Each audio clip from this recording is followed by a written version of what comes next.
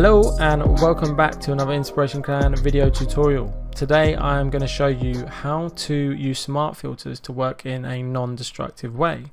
So I'm going to jump straight into Photoshop, and we've got this lovely image of this building and this snow sort of in the foreground here, and I'm just going to apply some filters to this image. Now I'm going to do this in two ways. I'm going to first do it in a destructive way, and then I'm going to do it in a non-destructive way. Remember, we want to be working non-destructively. So if we come up to filter and let's just add in some noise. If we just add some noise in there, it's going to add some like graininess to the image. Just put that up a bit.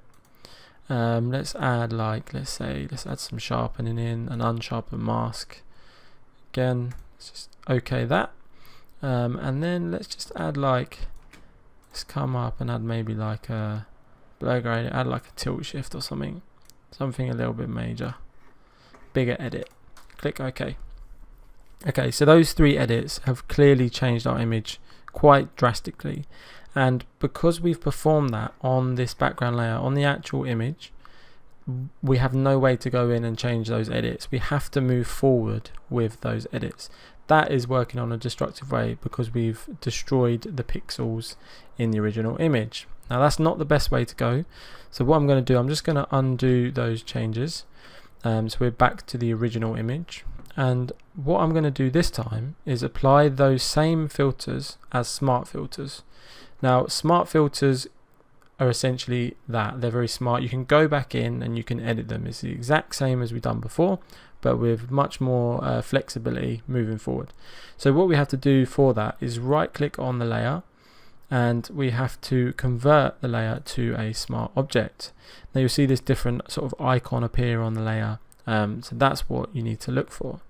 Now I'm going to perform the exact same edit this time, so I'm going to come up to filter and I'm going to add some noise. It's going to add noise. I'm going to leave the settings exactly the same. I'm going to come to filter, I'm going to go sharpen and unsharpen mask, click OK, exactly the same. And I'm going to go to filter, blur gallery and tilt shift. Just going to rotate that slightly, and there we go.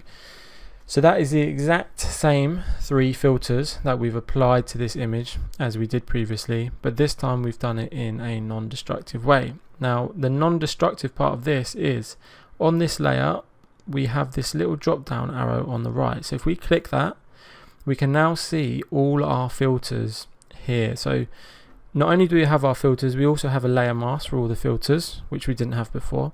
So that's an additional feature, and we can go in and we can turn these off. It may take a bit of time to render because some things like the tilt shift is going to take time, but what you can do is come in and you can edit these. Now that gives you much more flexibility than previously, so you can come back in, you can change these, and you also have a layer mask.